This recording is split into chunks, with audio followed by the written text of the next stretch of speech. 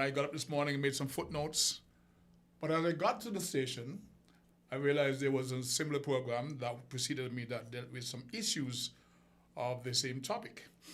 So I want to introduce two others, but we will speak about what's happening in the region as it pertains to Venezuela, Trinidad's seeming complicity, and what it means for the wider Caribbean in terms of the stance that 11 former Caribbean leaders have taken in solidarity by insisting that the region must remain a zone of peace. We have to give some ventilation to that. But the other two topics I want to introduce is the fact that there is now protest in Barbados against the announcement that the CARICOM initiative of free movement in the region is not being very welcome in Barbados. There are four countries that has been named: Belize, Dominica, St. Vincent and the Grenadines, and of course Barbados, the host country.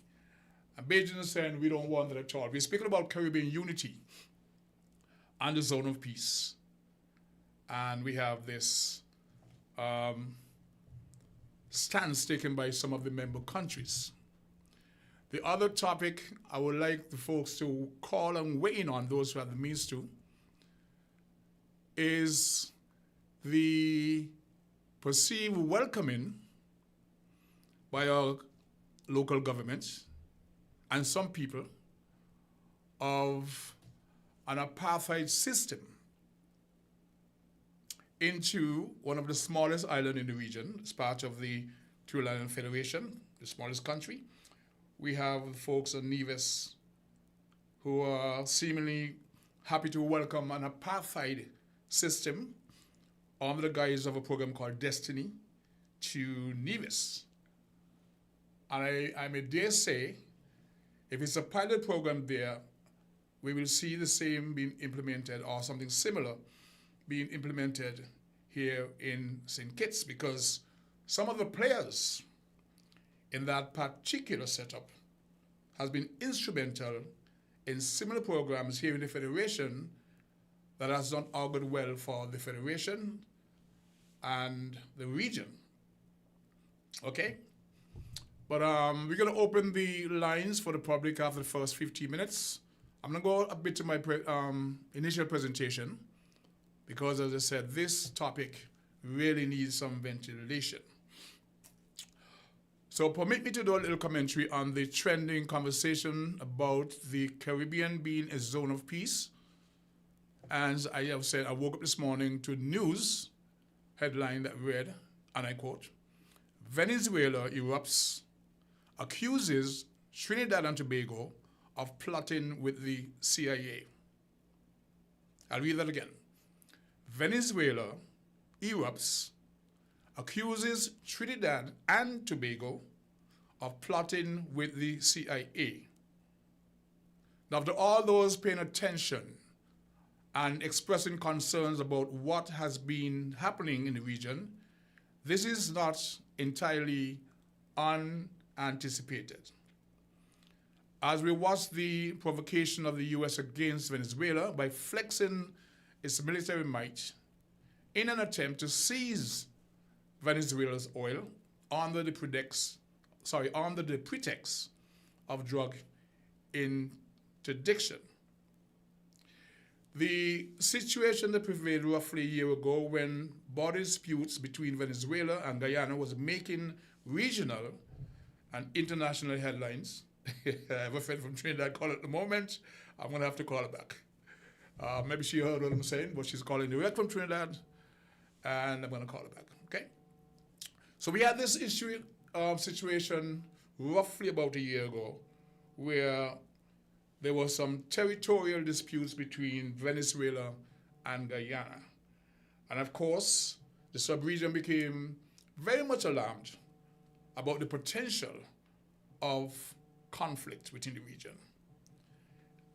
Fast forward to today's situation, where we have the U.S. sending one of the largest military ship down to the region. And we're now hearing or I've seen some headlines that China and Russia is now jumping into the fray, where China has sent some military ships down to the region, and they're claiming is to protect the trading routes, etc. So we see the build-up, the escalation. And central to this is the action of the Prime Minister of Trinidad and Tobago, PM Kamala Persad-Bissessar, saying she's standing stoutly with the Americans because the drug issue has been decimated in the region, and it's all about killing the drug traffickers. She's more or less mimicking or parroting the words of Donald Trump. We got to kill them. They're criminals. This and that and that and that. But we know it's not about any drug interdiction. You don't send your military at that strength, that force, to whatever the size of the country in the region for drug interdiction. There are protocols for that. You seize whatever evidence, you present it to the world, and you have trials and then adjudication. Not the way. As a matter of fact, the numbers run just about 40 persons who have been killed extrajudicially by the American military, claiming that these boats, these fishing boats or whatever, were heading for the U.S. So we want to say good morning to the likes of Miss Rosemary Donalds up there in New York. She'll let me know that she'll be logging on. We have Miss Jennifer. She's over there in New York also. She's let me know things happening. We have Mr. Nital. I'd like to say good morning to Mr. Noishintal and Mr. Derek Freights. Mr. Derek Freights, Sister Henry, and folks that we've not heard a lot from. Well, Sister Henry is very vocal and present in the news, but from Mr. Derek Freights and Mr. Nital, we've not heard a lot from recently. So we want to say good morning to you guys, hoping that all is well, wishing the best. And we're going to open the lines now. If you have anybody who want to weigh in on any of the issues, we have, as I mentioned, the welcoming of an apartheid system, because there's no two ways about this. There's no two ways about this. You're welcoming apartheid into a region that should have learned from the examples that took place in Africa and other parts of the world where this thing is untenable. Okay? So 662 0989 can get you in on the call. Those who want to use their text and the WhatsApp numbers, you can do so. And let's see what time is it. No, we have a call as we speak. Good morning, caller. You're live on Voices. Good morning, King Sakoti. Good morning, sir. How are you? And good morning to a man who loves this country dearly. Think it's a Nevis. Who's that? I'm King Sakwa. Sir. My input today is that land over there, Nevis. Mm-hmm. You just mentioned South Africa. It is. But these guys was in South Africa, you know. The Honorable Premier in Nevis was in South Africa. I was listening to an interview with Dr. Daly yesterday. With a lady from Barbados. And Sakwa, the amount of things come out that young man's mouth. I can't believe them the worst and these whole leaders. These guys want me to do it. They want more money on God. Mr. Man. We gonna see how we go. Yes, Sakwa. I want to admonish you about attacking people's personality. Speak about them, what they're doing. But don't describe them as being worse of this, worse of that. I understand you're very passionate, but try to keep it civil in making a point. We don't want to get into a situation where we're accused of character assassination of anyone. Well, Sakoti, when you hear them deal, personality that come in it, you know. Yeah, personality has to come in it. Mm-hmm. When you hear how they're treating poor people and hiding these things from the public. You understand? Because we are not back down to say these things. They're doing us a lot of bad things in secrecy, and we're going to come in the media and call their name and say things about them. I understand. Because they're bad. And they've got to accept it. I understand. They're bad people. When Nevis can find them kind of money, it's very far. all. I'm on voices. That is the kind of arrangement them people they want to put the countries them in. We want money, sure. Who want money? But let them kind of thing there to rich in yourself. And when you leave, you just swell with and the poor people they must suffer. Can you eat? Give me a break, Sakoti. I will never hold my peace till the wrong things stop in these countries. Have a good morning. Thank you for that contribution. We go back to the phone lines. Good day, caller. You live on voices. Good morning, Sakoti. Good morning, how about thou? I'm good, and you? Count in the blessings. Sakoti, some people had this thing, this land thing like a joke, you know. But it's a serious thing, you hear? I concur. People ain't looking at ahead, you know, they're just looking now, today. They ain't looking at the future and say, why no? We ain't going to be here forever, we cannot do this. Nevis is a small little island. Small little island, Nevis is going to drop 10,000 people. 32 square miles. I don't know. 12 people. I don't know where they get this idea from. I don't know who bring up this idea. This is the dumbest thing I could ever see. Hello. Let me ask you a question. Do you recall some years ago that Premier Brantley was saying that Nevis want more people? Yes. I hear. This was planned. But He was saying all along, we want more people. This was planned. He also mentioned he needed to increase the electoral boundaries from 9 to 11. So this was anticipated. But Sakoti, if Nevis want more people, Nevis think it's home to the whole Caribbean. People coming in every day. Of course. You just don't drop 10,000 people because of money. I wonder if this was a plan. I hope it ain't nothing. It was planned. He was saying over a year ago that Nevis want more people. He was advocating for an increase of the electoral boundaries. Based on population size, you want to have now 11 constituent boundaries. That means you expect more people. They had it planned all along, but you see what happened to them?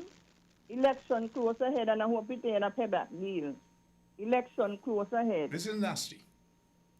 This is so nasty. Ridiculous. You hear? Mm-hmm. The people them complaining about the Chinese, them coming and buying. The Chinese them could buy because the Chinese them just can't buy and build. They have to get the okay from somebody, right? Mm-hmm. But look at what our own doing us. Our own people who born and bred, grassroots, gonna drop 10,000 people and people. That's you understand what I'm saying? They said the Chinese them knock out the mom and pop shop. But them 10,000 people gonna knock out 10,000. We are the ones. We're the ones who knocked up the mom and pop shops. We're the ones who denied that support to own people and gave it to the, if it's one of the Chinese. But look at this. You cannot blame the people them with the mama, the boys them, you know. Because if you're going to put a Chinese supermarket here and they're going to sell in everything, something, you say, okay, let me just pick up everything here. The mama and shop them maybe just used to sell a certain amount of things. Okay? And I'm going to say that to say this. Just like how they say the Chinese them knock them out, we, it's just so these leaders going to knock us out of our land. Not if you let your voices be heard. This is one platform, right? But not if we let our voices collectively be heard. Sakoti come back is only people who got money now getting justice. You're going to put 10,000 people on Nevis and zone them over. When you're going to with them little one who are coming up, you could see these people here. And you see, we saying kids people, we like to support party. We ain't looking ahead and see what's going to come. Party over country. If Mr. Blatter and them never had a vision, you think these people will have got land to talk where they're going to give investors all of the land there? Mr. Blatter see what will come in, and therefore he stand up and fight for this land. And I remember my grandfather always said so, Mr. Blatter fight and get them land out of the hand of the white man. You mean these young politicians, they need to go sit down and learn the history about St. Kitts and Nevis and see how far we come from and see where God bring us to that. And it's a blessing. No, you cannot do that to the people, them man. They got people born in St. Kitts and Nevis got a piece of land. They said they're going to do better. They said they will build a temple for the Rasta man. They what happened to that bill yet? We got in a temple, we got in a mosque. It's a lot of things they promise the people. We got in a mosque And instead of a now temple. it's not fair. And when you talk, people want to disturb. But we ain't talking the politics right now. This is all about our land. Mm-hmm. And it's all hands on deck now, whether you support Labour, PAM or PLP. Everybody has to get in there because St. Kitts cannot handle that right now. Not for the force of people who are coming from the other Caribbean island then. A lot of man, that's advantage, man. These people, these young people, and if all of them vote for it, something ain't adding up, thing. But Well, the good book says, those who have little shall have less, and even that shall be taken away. And that's what's going on in St. Kitts now. The rich man, them, they must get in the justice. Got to come with the money. When you say politicians could be bought, this is exactly what's going to happen. you have And been that's heard. exactly what's happening. You have been heard, and we want to thank you so very much for your contribution. You have yourself a most wonderful day. At this point, we'll pause for time to give recognition to our sponsors, and we'll be right back. We're different. We're 98.9. 98.9. Win FM. Here are your Horseless Value Mart IGA specials running October 16th through the 29th. Now, our Value Club Blue Tag specials. Blue Ribbon Ice Cream, just $32.99. Morning Star Meatless Entrees, $20.99. Planet Oat Milk, $11.99. Chobani Greek Yogurt, just $5.69. Banquet Chicken Tenders and Nuggets, $24.99. Essential Everyday Dry Roasted Peanuts, $12.99. And now, our very low weekly value deals. Essential Everyday Pastas are just $4.99. Imperial Margarine, $8.99. All Orchard Apple Juice Cocktails and 100% apple juices, $9.99. VO5 Shampoo and Conditioner, $5.99. Gain Dish Detergent, $8.49. Arm & Hammer Deodorant, just $8.99.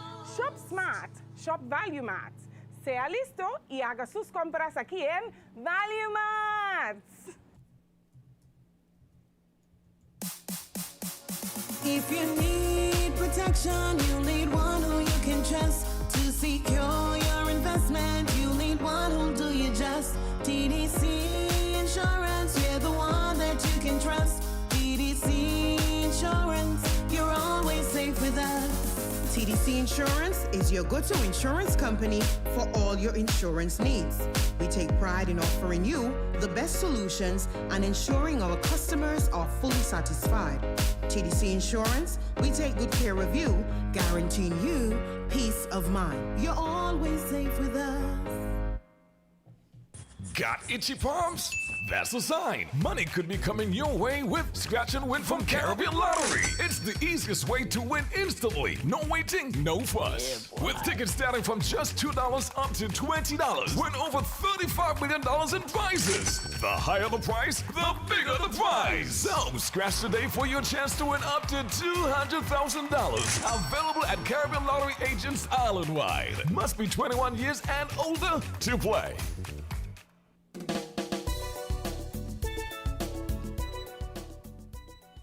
To our viewers, listeners, welcome back to today's presentation of Voices. My name is Socrates, and we may have just missed a call. We apologize for that. Caller, go straight to the lines. Thank you for calling.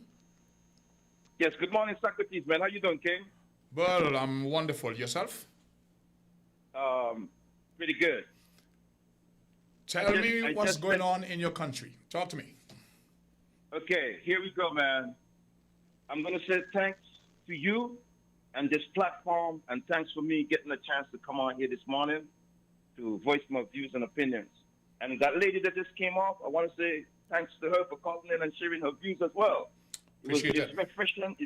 It's refreshing to hear her speak this morning. And we've been having a lot of chatter about this SSD law and the proposed enclave to come on Nevis. And what I'm seeing happening in St. Kitts and Nevis, this is my personal take. Very troubling.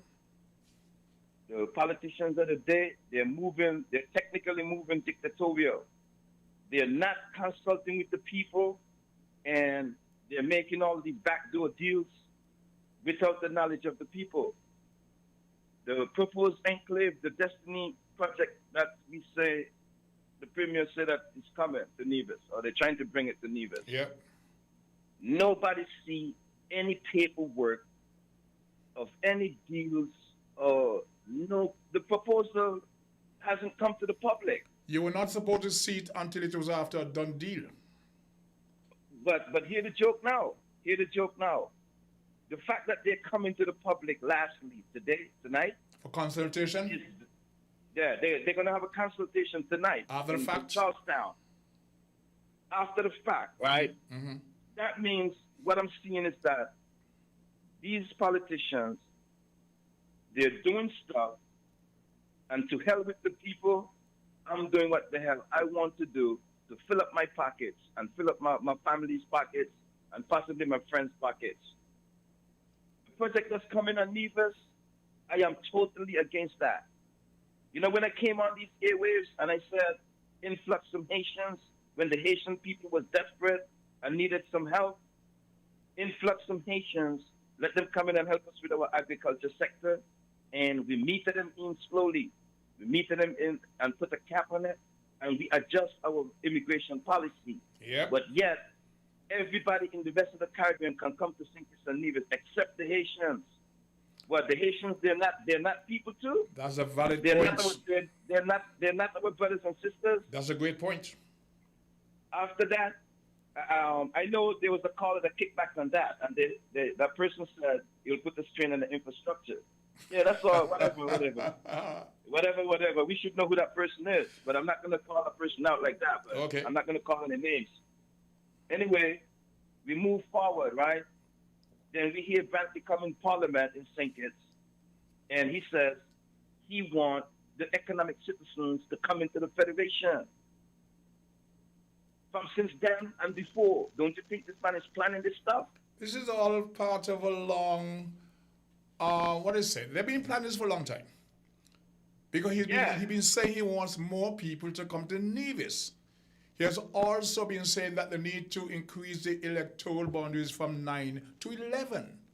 Based on your population size, you must anticipate a large influx of people to put that in place.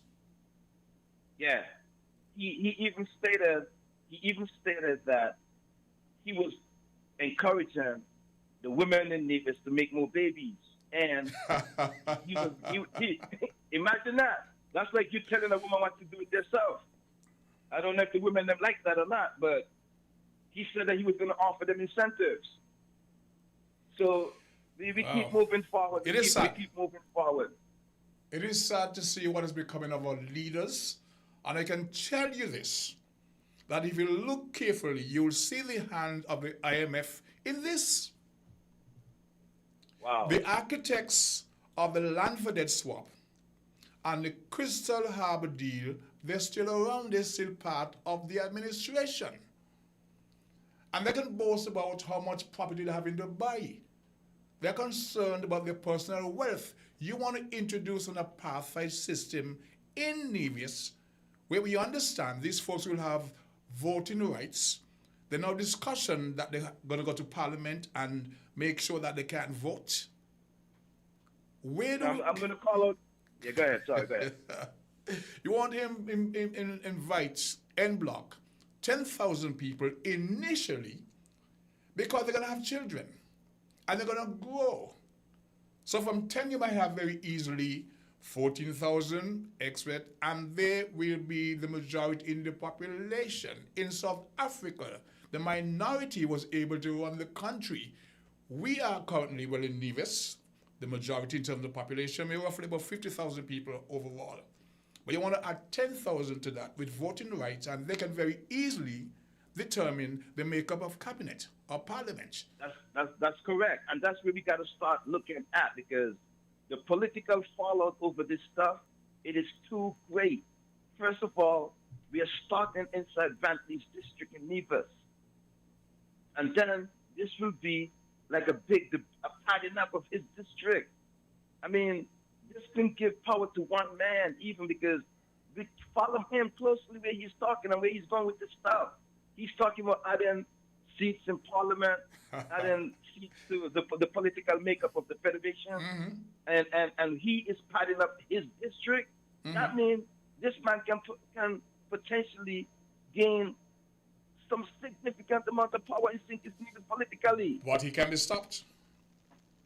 He can be stopped. That piece of legislation can be repealed. But guess what? I'm calling out the Prime Minister as well. If he know his history, and if he know the history of his party, and if he know the history of the first national hero, who was the leader of his party, he will put the brakes on Bradley. I don't blame Dr. Drew too much. No, the people is the one that got to be blamed. The people that got to be blamed. We got to blame the people. I'm just pointing that finger at him because he could have stopped Bradley. He could have stopped him. Within that context, right?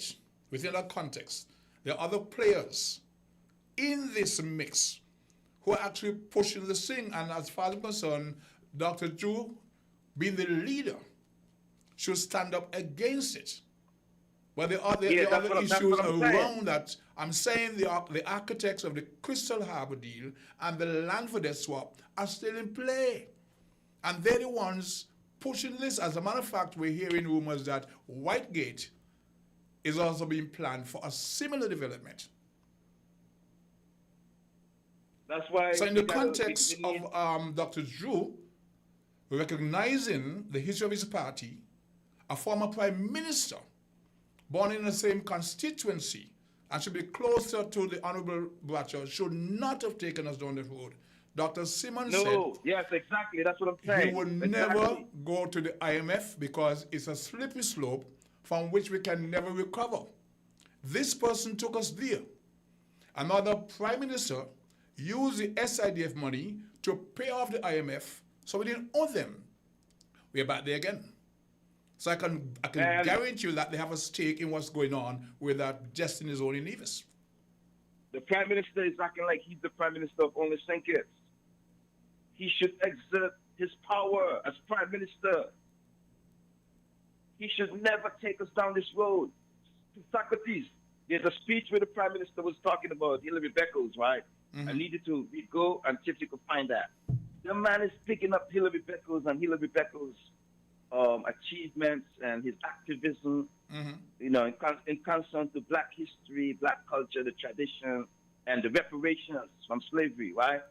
But yet still the Prime Minister going contrary to what he said in that speech. Man, this stuff is unbelievable. It's unbelievable, man.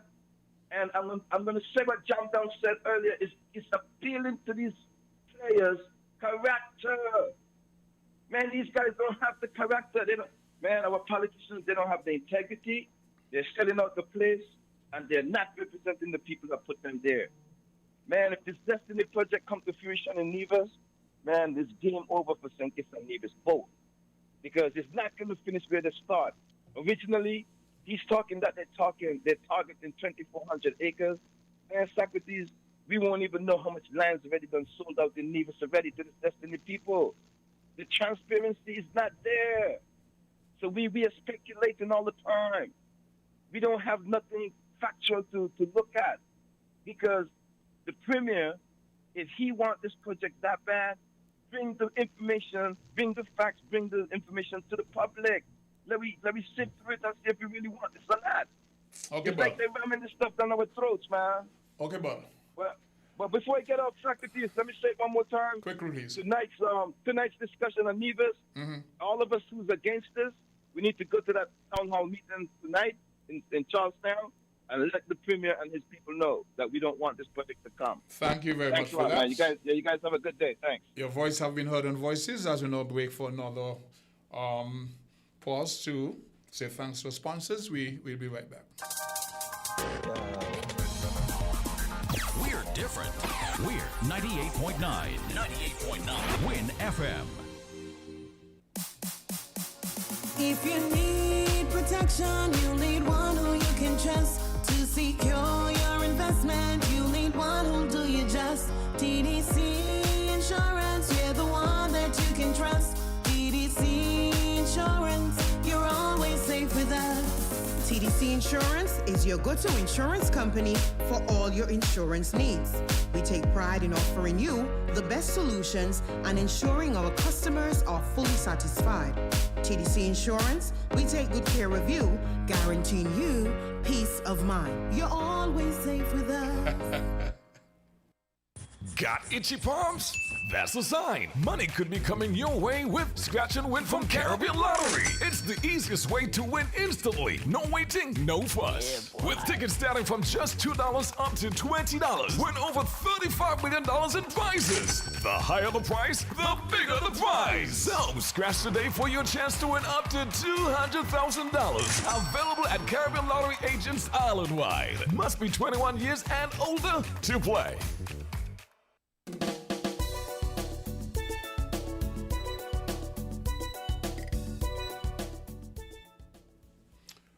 Welcome back to today's presentation of Voices. We just passed the bottom of the hour, and Jennifer Richards up in New York is letting me know that my shirt blends in with the background here in the studio. So yeah, we're covered. I'm glad that you're observant. Yeah, I wear my Ghana shirt, my one and only Ghana shirt. I'm so sorry I only bought one. So yeah, we're back. We had 2 callers this morning, actually 3. We were discussing mainly what I call the apartheid being introduced in Nevis. I want you to juxtapose this against the folks of Barbados who are protesting the implementation of the free movement of CARICOM nationals in the region. Now here we have Barbados, or some Barbadians downtown protesting and being very vocal. They don't want any Caribbean national living in Barbados having free movement, and after 6 months, they can become citizens or whatever the article is, right? Look at that, and look at what Nevis is inviting. You understand? 10,000 Europeans coming to live in Nevis in a special sustainability zone, no taxes, certain privilege, blah, blah, blah, blah, blah, and with the ability to vote. That's apartheid. We don't want that. It makes no sense. Not for the region. Barbados are protesting the implementation of the free movement in the region of CARICOM nationals. 4 countries have been identified, Barbados being one, Belize, Dominica, and St. Vincent and the Grenadines. They say, we don't want them here. And look our reaction to the, okay, let's say phone lines, good day caller, you're live on Voices. Good day, Socrates. Good day, sir. How are you doing? Yes, blessed in Jesus' name and greetings once more in the name of Jesus Christ, the only Savior of sinners from their sins and from hell, through faith only, and the second person of the eternal Trinity. Amen to that.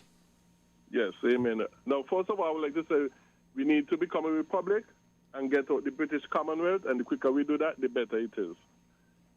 Now, what we're also going to say as well is that you talk about we living in a zone of peace.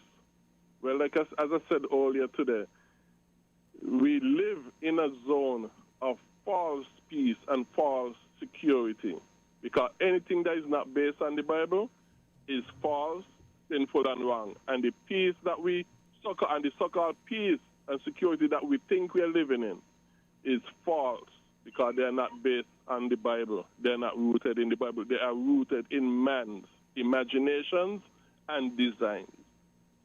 And so therefore they are false. Let me jump in here, right? Says. I read that the only time they had peace for any extended period of time was during the reign of Solomon.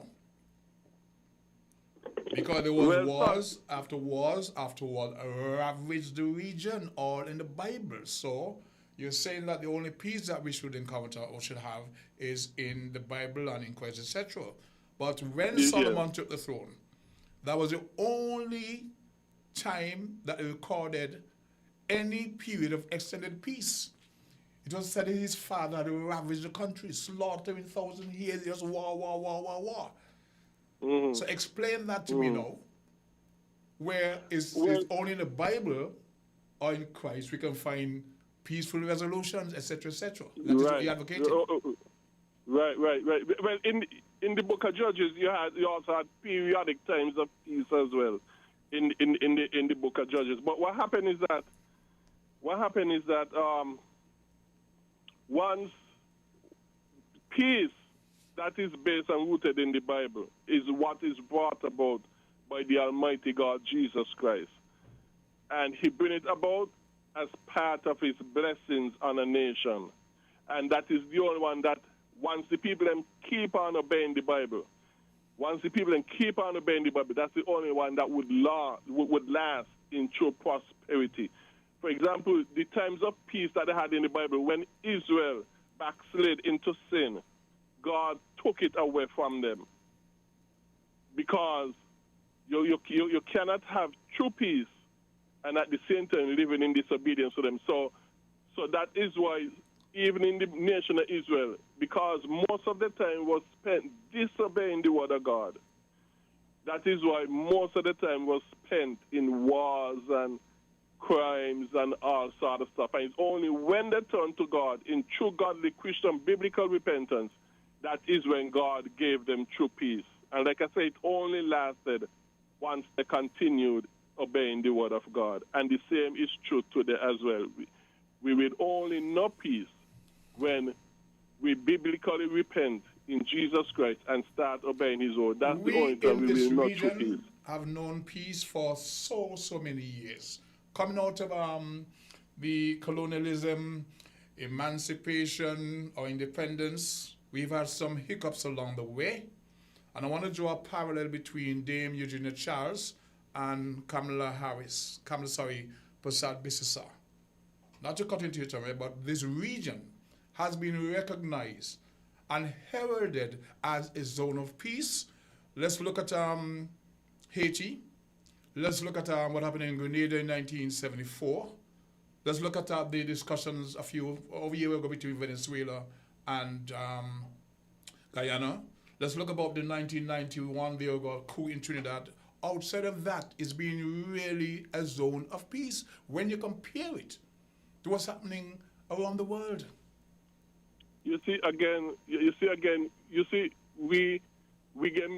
Because we lack spiritual insight and because we are spiritually blind, we are taking. We are a very spiritual people. When you look at the denomination, I'm not talking about religion, but we are people who are very spiritual. We look to our God. We look to Yeah, but false spirituality. That's the whole point. We are a very false spirituality because what people. they taught us in coming out of Africa has been false. What they taught us as a people with our own religion, custom, and spirituality has been false. But yet, that which they taught us that was in line with the Bible. Because many things that they taught us were in line with the Bible, just that they never obeyed it. But and not only that, many things that they taught us was what they learned from a number of African Christians. Okay, I'm on voices. Sarkozy? No problem. Yes, sir. But make a point. No problem. And a lot of what they learned, they taught us, is what was taught to them from many African Christians and Eastern Christians as well. So it ain't everything that they said was wrong. But it's just that they were hypocritical in that a lot of what they said, they did not live it. So in other words, the Bible says they worship God with their lips, but their heart is far from him. They only have a form of righteousness. Pointedly, but comparatively speaking, won't you not describe the region, the Caribbean region, as a zone of peace? It's a zone of false peace. It's not a zone of true peace because, and I'm going to tell you what, in the Bible, God told the nation of Israel, okay, during time of what they call peace, during time when they didn't have no word, God, but living in disobedience to the word, God told them, hey, if you all don't turn to me, this peace and this prosperity that you all are enjoying, I will take it away from you all and I will destroy you all. And so said, so happened. So is that what happened to us today? Is that what happened to us today? I believe this is part of what is happening. I believe this is the part of the beginning of what is happening to us today. And if we continue in our disobedience to the word of God, it's going to get worse and worse.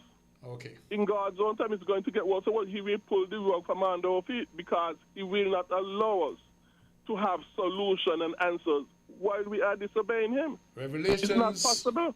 Revelation descriptions speak of an end time, certain developments, and it seemed to be because a lot of folks have been saying the end time we will see this, we will see that, we will see that. So if you want to go along with that narrative, that is what we're seeing according to Gregory and Revelations, etc. What I'm saying, in the interim, and I didn't say we're a zone of peace, it was 11 former leaders of the region who said that they want to maintain this as a zone of peace. So they really opposed to Kamala Prasad businesses standing with the U.S., chatting nonsense. There have been protests in Trinidad against her and opposition. Her Minister of National Security has of the mimic what she's saying.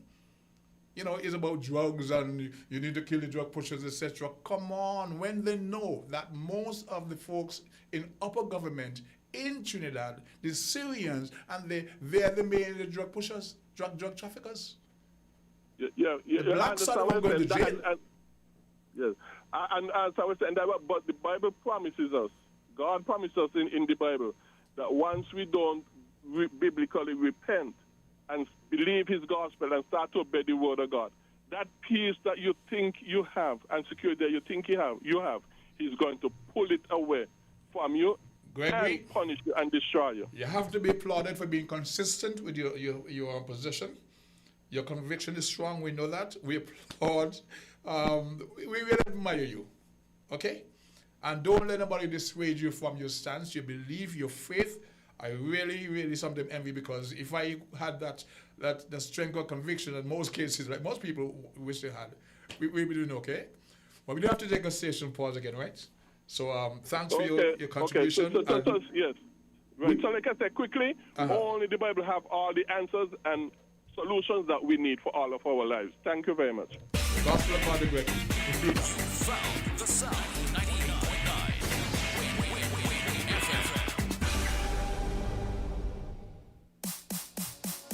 If you need protection, you need one who you can trust to secure your investment. You need one who'll do you just. TDC Insurance, you're the one that you can trust. TDC Insurance, you're always safe with us. TDC Insurance is your go-to insurance company for all your insurance needs.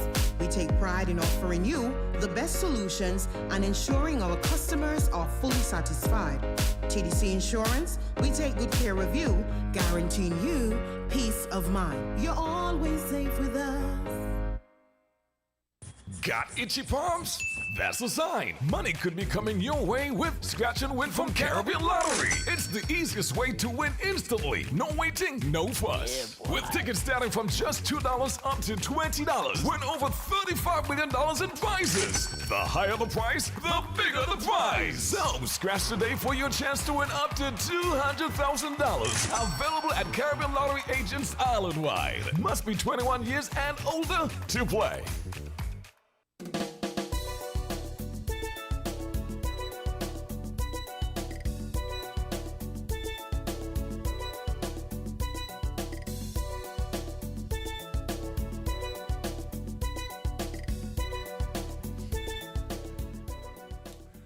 Welcome back to our viewers and listeners. Thank you for being part of today's presentation of Voices. My name is Socrates. And until we get a call, I'm going to go into a bit of history if I may. I promised to do a little parallel between Dame Eugenia Charles, the then Prime Minister actually, of Dominica, and our current Prime Minister of Trinidad and Tobago. After the coup in Grenada that was led by, you have a caller? Let's take this call. I'll recap that later. Good day, caller. You live on Voices. Good day, caller. You live on Voices. Good morning. How are you? I'm okay. Welcome to the program. Long time to hear your voice. Yeah, I know. Mm-hmm. Situations and such. It's going to be good. Let me say this, right? Some of the things that Mr. Brantley said, there was another one that he said, I heard him say some months ago, good couple months ago, and this is when he talked about, I heard him mention more than once about they need to go out there and get billionaire citizens to come in and invest. Now, to me, that was a bit disconnected and unhinged, but it made me sort of uncomfortable because I know for the most part, those who are considered the billionaires and citizens are persons who don't look like us. Now, I think it is said that they intend, if this plan go to the zone go through, that the intention is to have the establishment of another constituency, political constituency or something like that? He did mention increasing the constituency from 9 to 11. It has to be based on population size. Okay, so what? That is 2 extra, no? 9 to 11. Okay. No, and it is also been branded that because these entities, they have money, supposedly they are billionaires, they have money, that it will be easy, if they do come through, it will be easy for them to buy out the politicians. I say it's not going to be easy for them to buy out the politicians because there won't be any need for them to buy out any politicians. And here is why. If we are going to have extra political constituency, remember, we were told that these people who have these citizenship, they are also citizens, and they have the same rights like us,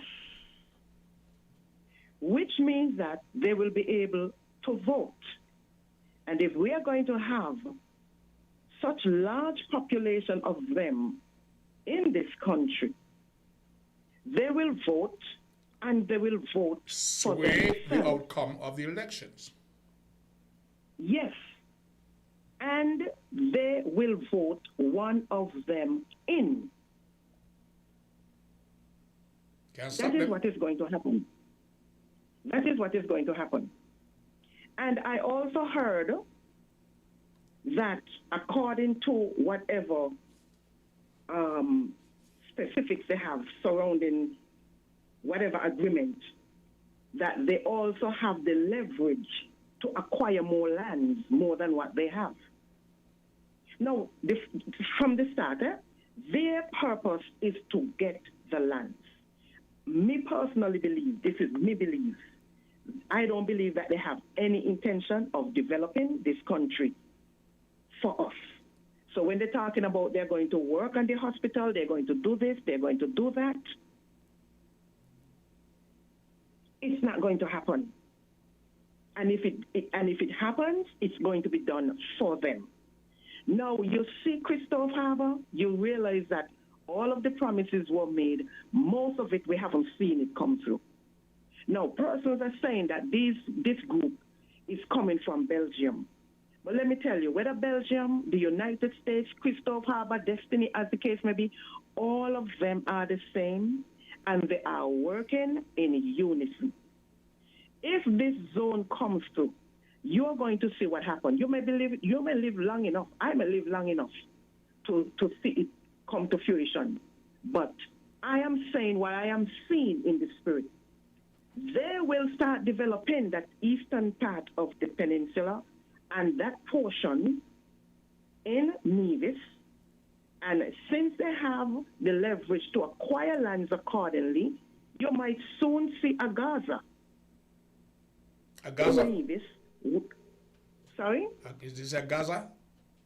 Gaza. You'll soon see a Gaza effect in Nevis to get lands and to push people out of their house and whatsoever.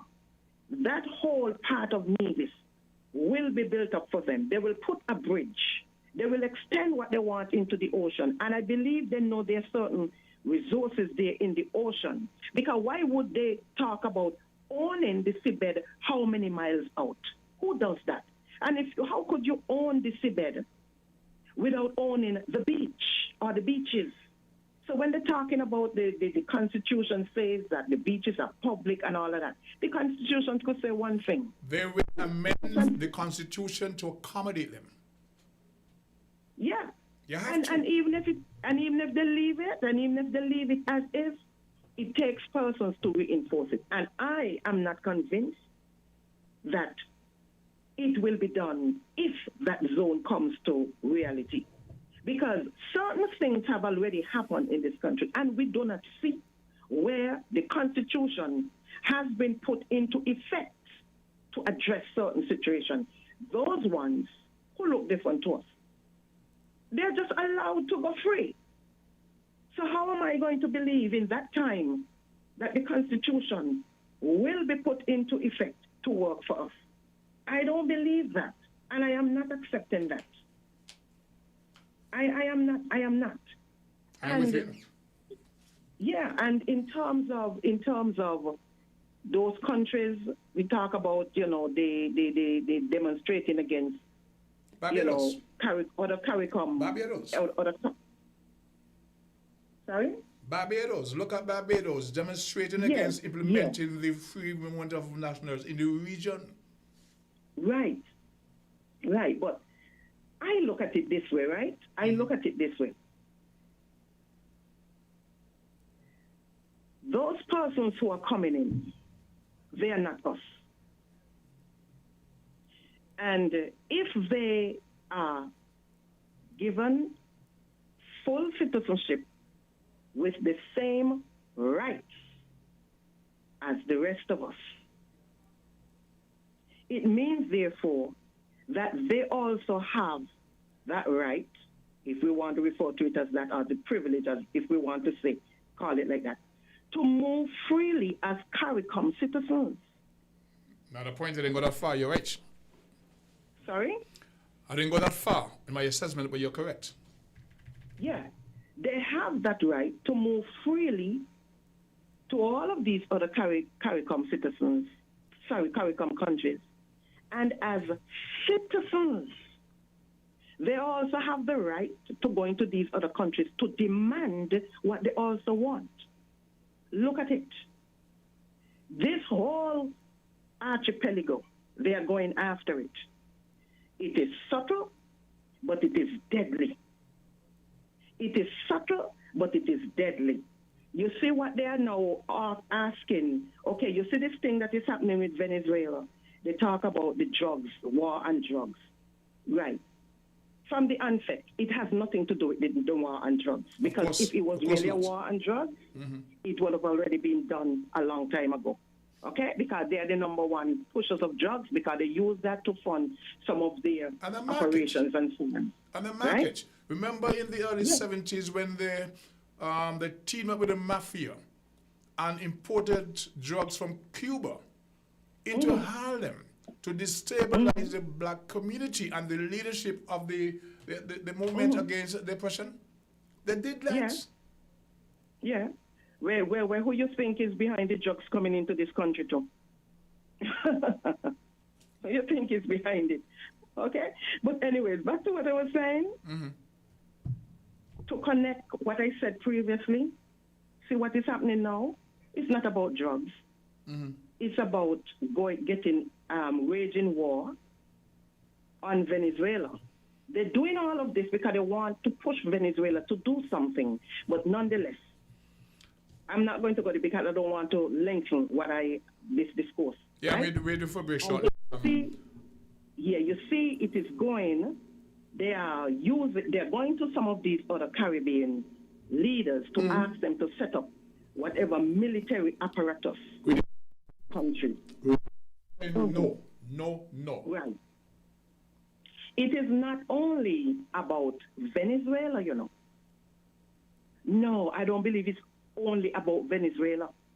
When they set up these bases in these islands, this is like a connection of them taking over the country. So you have, the Caribbean countries. You have the zone, you have Crystal Harbor, now you're hearing about Whitegate, and you hear about the free movement of CARICOM citizens and all of that. All of these, to me, are interconnected. They are interconnected. And all of these persons here in this federation who are behind this deal, I don't believe that they are not aware of what is really happening. I'm not aware, I'm not certain that they are unaware of impending danger. But you see, if this comes through, because it might just take a while, if it comes through, none of them here who signed this agreement is going to be around, you know. And if they're around, most likely they are not going to be in office. And you know what I'm seeing? All of these things is happening because of the vulnerable position, political position, this federation finds itself in.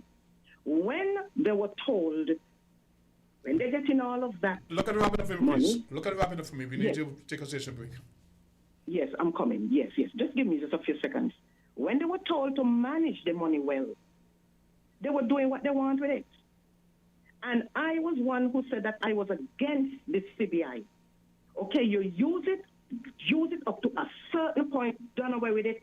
All of us are big people. We should have been able to come together to discuss and have a national plan forward.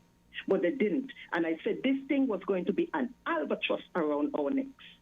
And this is what is happening. Now they are destroying the CBI. What is left for these people to get? So you see, to me, it's desperation, and those outside realize it's desperation because they have put them in the position of desperation. So the next thing you're going to see, that zone there in Nevis is not going to be the end. Because if you're going to sell land, how much you're going to take for it? And how long that money is going to serve you. So you're going to see in order to run this federation, you're going to have to be selling more and more and more lands, selling more and more and more, and therein is the problem. Listen, if this thing goes through, we're at the top of the hour. Colonels, have a blessed day. All right, thank you so very much. We thank you for the caller for contribution, but we do have to take a pause once again to give credit to sponsors. We'll speak to you on the other side. Thank you. WINN is 98.9. 98.9 is Win FM. Here are your Horseless Value Mart IGA specials, running October 16th through the 29th. Now, our Value Club Blue Tag specials. Blue Ribbon Ice Cream, just $32.99. Morning Star Meatless Entrees, $20.99. Planet Oat Milk, $11.99. Chobani Greek Yogurt, just $5.69. Banquet Chicken Tenders and Nuggets, $24.99. Essential Everyday Dry Roasted Peanuts, $12.99. And now, our very low weekly value deals. Essential Everyday Pastas are just $4.99. Imperial Margarine, $8.99. All Orchard Apple Juice Cocktails and 100% Apple Juices, $9.99. VO5 Shampoo and Conditioner, $5.99. Gain Dish Detergent, $8.49. Arm & Hammer Deodorant, just $8.99. Shop Smart, Shop Value Mart. Sea listo y haga sus compras aquí en Value Marts. Don't throw those bottles away. Turn them into money today. Vitamalt bottles equal cash in your pocket. It's super easy. Just take those empty Vitamalt bottles to any Cara Brewery distribution truck or any drinks depot in St. Kitts and Nevis. We're keeping our beautiful Twin Island paradise clean. Vitamalt bottles equal cash back. Keep it clean, keep it green. Vitamalt bottle returns. Your bottles, your cash, your island. Come, build with us at Hostels Building and Nevis Centers. We don't just sell materials, we help you build your dreams. Whether it's a new home, a renovation, or a DIY project, we're here to make it happen. That's why we say, build with us. From foundation to finish, come to our stores where we have the best in building materials, hardware, tools, paints, expert advice, and more. Whatever you need, you can count on us. So if you're ready to get started, build with us. With Hostels Building and Nevis Centers, you're not just building a structure, you're building a future. Let us help you create something amazing. Dream with us, plan with us, grow with us, build with us. Come build with us at Hostels Building and Nevis Centers today. Build with us at Hostels.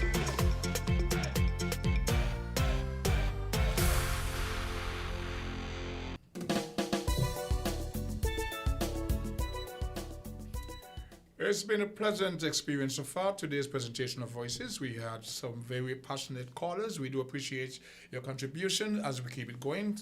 Know that your voices have been heard here on Voices.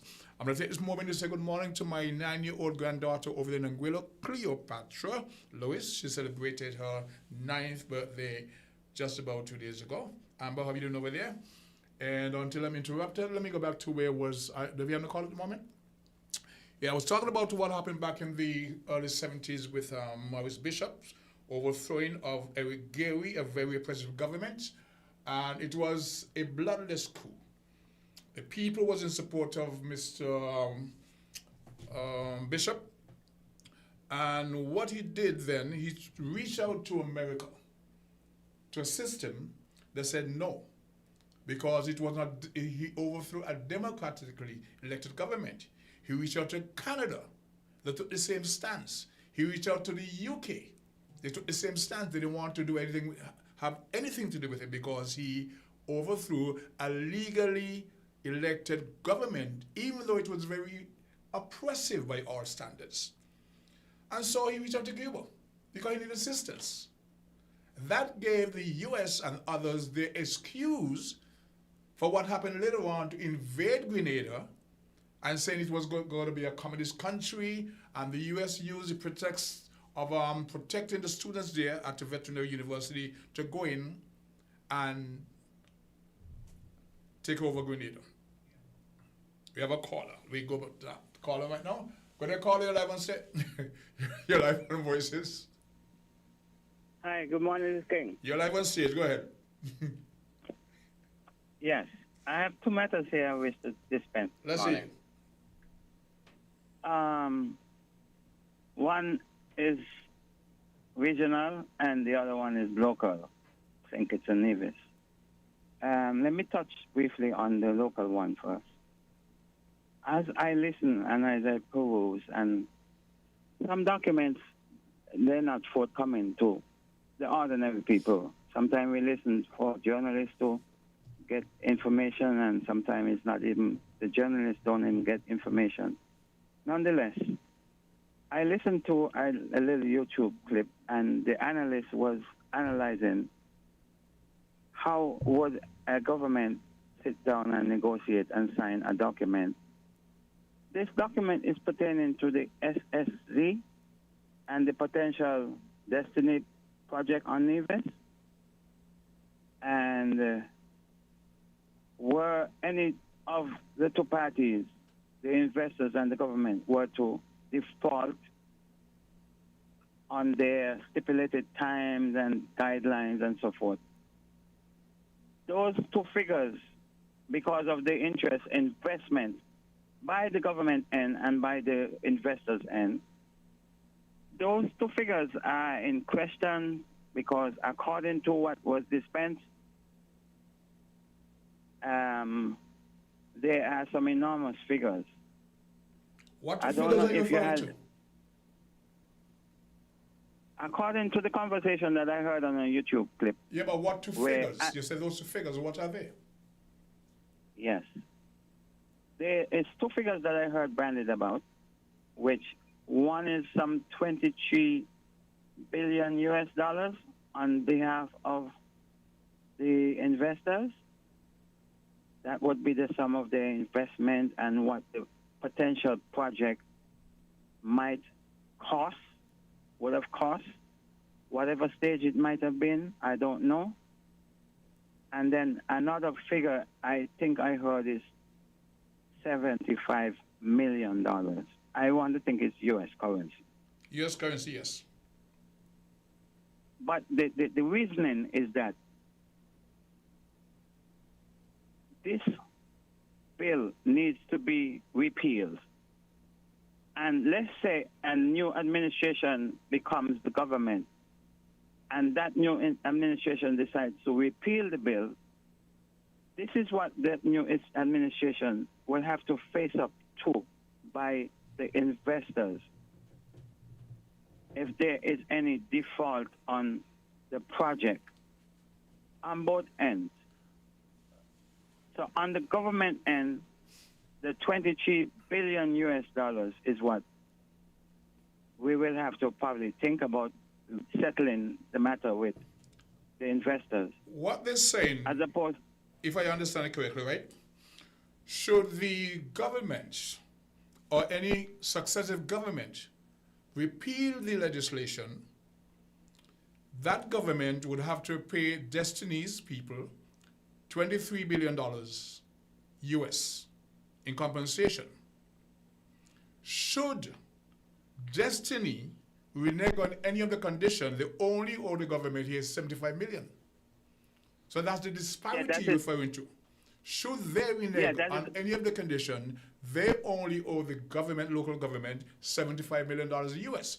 But should the government renege or repeal the legislation, the government would have to pay them $23 billion US. That's the disparity in the figures that you're referring to.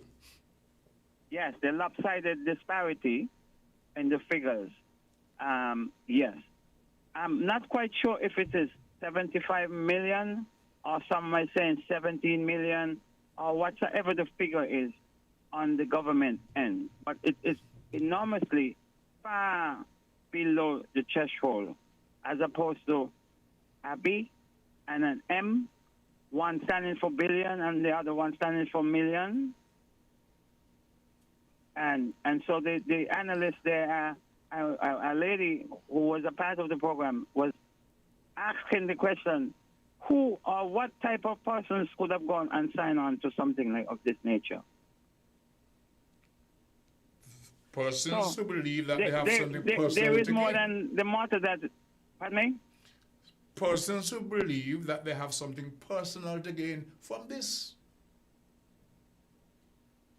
So there is more in the motto than the president. Property in Dubai and different places. So the king. I'm listening. We, the locals, we are grappling with just, okay, the land and so forth. But there's more to this thing as the thing unfolds. We are because, like I said, I don't have privy to the document. We are reacting to whatever little information we have is limited and silly reaction. No, we don't want this here. There are a lot of intricacies that have been discussed and laid out that we're not privy to. So we trust our leaders to negotiate in our best interest, and they don't. This is a non-starter. It's apartheid. And when it comes to these massive projects and so forth, I am not gonna just say that I trust.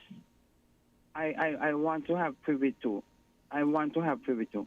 Because I'm going to tell you the king, when the conversation started out, you know, when the legal fraternity, at least one voice that I heard, and a second voice within that area that I heard also, started to really give meat to the bone, so to speak, in terms of that line of what the law says, what the document says.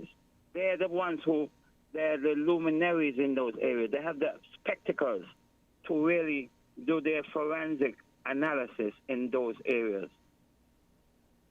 That is when the voices, the few voices that was heard, started to really, their speculation, our speculation, started to really gain some traction.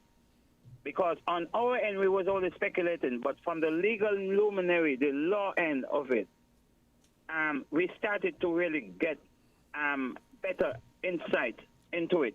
Okay, you have an next minute to wrap up. You have an next minute to wrap up, please. Go ahead. All right. So I'm not going to be able to touch another matter, but some other time. It has to do with CARICOM. You want to keep it flowing. Okay. I'll call back. Okay, appreciate you taking the time. That's Africa, of course, very insightful, always on the ball with information updates. So we do appreciate that, but we need to keep it going. I was talking about Dame Eugenia Charles in the 1974 when she gave permission. I think she was leader of CARICOM or the OECS movement at the time, and she was the one that gave permission to Reagan to come into the region, fly into the region, and more or less did what they did in Jamaica, in Grenada. So now we have some years after, we have Kamla Prasad Bisasa. On Friday, there was a U.S. warship that docked in the harbor of Port of Spain. And when she was asked about it, the Minister of Defense said they came at the U.S. behest. The U.S. requested, and as a result of being there for 3 days, they are now going to have joint military exercises in Trinidad between the Trinidad Army and the U.S. Army. Deacon Mitchell, the PM of Grenada, was right to not give any permission for the U.S. to put any satellite monitoring station on Grenada. And the people sent him a very strong message up front earlier o'clock. They say he's still considering you can't do that. Look at the proximity between Grenada and Trinidad. And then the 13 kilometers separating the narrowest point between Trinidad and Venezuela. So they're happy that she came aboard to endorse their presence there under this policy about drug interdiction. No one else in the region is standing with her. Now Brazil is kind of looking at the situation. But when it comes to other countries, other Latin countries in the region, they're not taking it in. Now Argentina just got $40 billion from the US. Okay? But the BRICS countries is now opposing what the US dollar is doing. We hear about China now sending now military ships in the region to protect what they perceive as blockage of trading zones. We hear about Russia showing support for Venezuela. China has invested some serious billions of dollars in Venezuela, and they're not going to stand by and let their interests be overtaken by this, because they know as well as we do that it's all about Venezuela's natural resources. The oil. Who's next? Guyana. They also have oil. The US wanted certain conditions on Venezuela oil, and the man said no. He said no.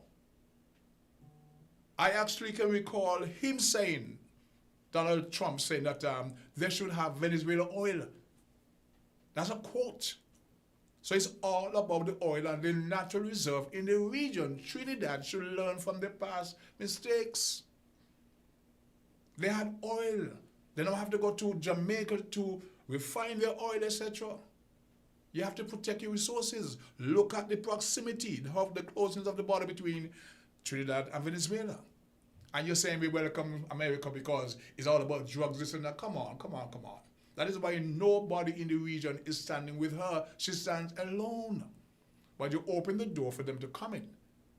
Were they to get through in Grenada, you'll have monitoring posts in Grenada, you're invited in Trinidad, and you open the doors for a war. So now he's now saying, Trump, that they're going to attack the heroin, whatever, in Venezuela. This is all wrong. And people need to, not only in Trinidad or whatever, people in St. Nevis has to come aboard and fight and let their voices be heard against this, because this zone of peace that we're talking about affects our tourism. So many of us are dependent on the tourism industry. So you can't say, well, it doesn't affect me, it doesn't bother me. We are heavily dependent on the tourism trade.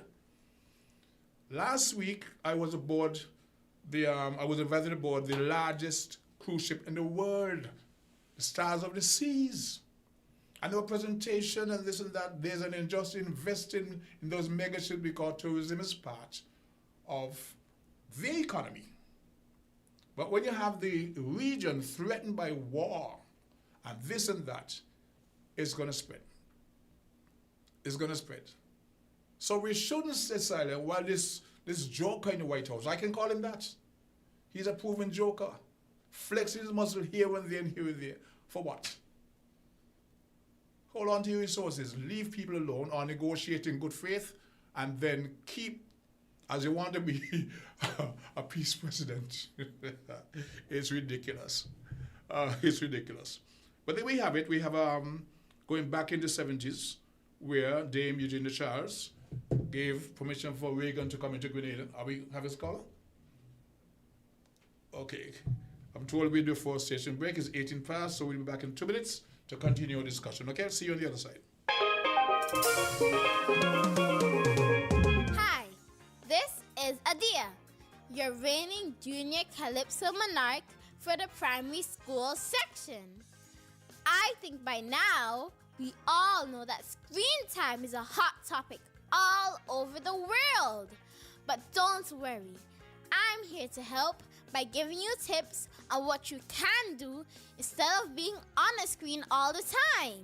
So, here's a tip for you. Too much screen time can actually make us feel sad, anxious, or grumpy. Research from the University of Michigan found that kids who spend less time on screens and more time playing outside or with friends feel happier. Choose activities that make you smile. This message was brought to you by me, Adia, in collaboration with this radio station. Come, build with us at Hostels Building and Nevis Centers. We don't just sell materials, we help you build your dreams. Whether it's a new home, a renovation, or a DIY project, we're here to make it happen. That's why we say, build with us. From foundation to finish, come to our stores where we have the best in building materials, hardware, tools, paints, expert advice, and more. Whatever you need, you can count on us. So if you're ready to get started, build with us. With Hostels Building and Nevis Centers, you're not just building a structure, you're building a future. Let us help you create something amazing. Dream with us, plan with us, grow with us, build with us. Come build with us at Hostels Building and Nevis Centers today. Build with us at Hostels.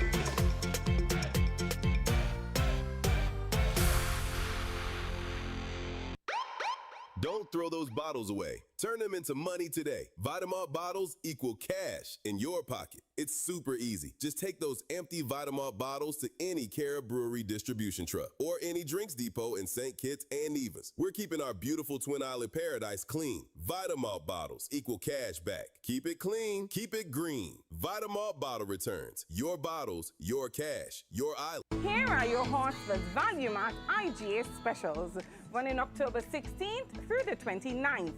Now, our Value Club Blue Tag specials. Blue Ribbon Ice Cream, just $32.99. Morning Star Meatless Entrees, $20.99. Planet Oat Milk, $11.99. Chobani Greek Yogurt, just $5.69. Banquet Chicken Tenders and Nuggets, $24.99. Essential Everyday Dry Roasted Peanuts, $12.99. And now, our very low weekly value deals. Essential Everyday Pastas are just $4.99. Imperial Margarine, $8.99. All Orchard Apple Juice Cocktails and 100% apple juices, $9.99. VO5 Shampoo and Conditioner, $5.99. Gain Dish Detergent, $8.49. Arm & Hammer Deodorant, just $8.99. Shop Smart, Shop Value Mart. Sea listo y haga sus compras aquí en Value Mart.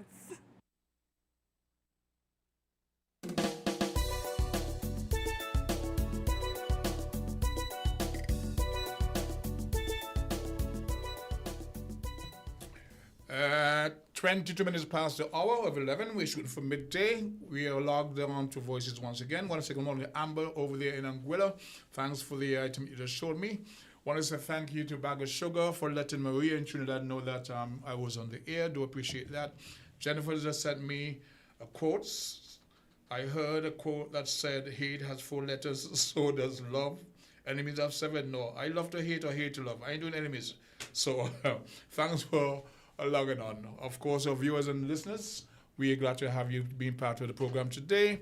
We discussed a few topics, the Venezuela, Trinidad, U.S. issue. We discussed the protests in Barbados of nationals out in protest against the implementation of the free movement of Caribbean nationals in the region, we have been discussing vehemently what I call the apartheid system being introduced in Nevis. Now, Burl, you keep harping against, in former discussion against the, what you call the Bryant Clause, right?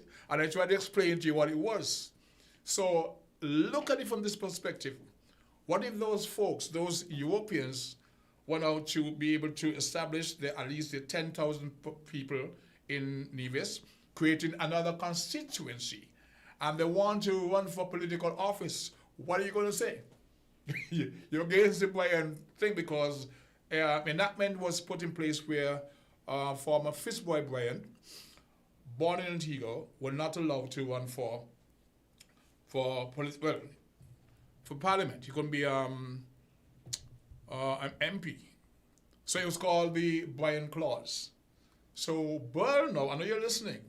What if those Europeans are allowed to establish their base in Nevis, creating another constituency with a right to vote? Should they be allowed to run for political office? Would you want a Bryant Clause? Life is funny. Things that we need to understand before we listen to other people's interpretation or version of certain things and then not really fully understand it. So the Bryant Clause will come in very, very handy now in support of what you would not like were it to happen. But it's really, really important to, So let's go back to the phone lines and take this caller. They call your live on Voices. Yes, Socrates, man. It's so ironic that you have now. But I'm just calling your name. It's so ironic that you have now introduced the Bryant Clause. Yes. The Bryant Clause, and guess what? Every time when I mention that Bryant Clause, I get kickback from the citizens of St. Kitts and Nevis. But where they are in terms of kicking back on these citizens that's proposed to come in, man, those persons who are in the category like I am, natural born citizens, and those ones that's going to come in and take over St. Kitts and Nevis now, they are not natural born citizens. Would you like a Bryant Clause to prevent them from being able to run for political office? It's not going to prevent them. Yes. They're citizens. Natural born. That was a clause. The natural born one, who's going to be offspring of these people. They're not going to be able to stop them. But in the meantime, they're stopping people like me and you. No. It's not stopping anyone like you. Once you're natural born, you cannot be stopped. If you have the dual citizenship, if you have the foreign passport. That was something implemented by Denzel Douglas, where he went to Parliament and enacted legislation to prevent Lindsey Grant and Sean Richards from owning dual citizenship and being able to run for office, and it backfired against him. But it stopped Sean and Lindsey in the tracks. They had to denounce them just the passport. I hear you. They did. They renounced. What we are forgetting, right? There's a clause there that tells us put in there that's disqualifying natural born citizens who have a foreign passport. That has nothing to do with the Bryant Clause. That was a separate piece of legislation. But hear this now. If it don't have nothing to do with the Bryant Clause, then it's still there. That means it's a new clause that's in the Constitution now. That was a different piece of legislation. That was made an amendment. The Bryant Clause is still there on its own. So that you can come from Grenada. You just can't come from... Hear the joke now. Go ahead. So Socrates, so therefore, this is what you're telling me.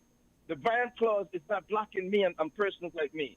But this is what you're saying to me right now.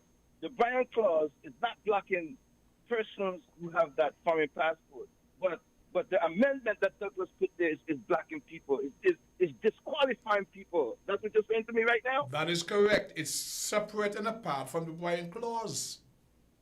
Okay. So therefore, if that's what the information is, the Bryan clause may not need to be removed. The amendment that Douglas put in there need to be removed. Because the amendment is disqualifying people. Is that correct? Is that what you're telling me?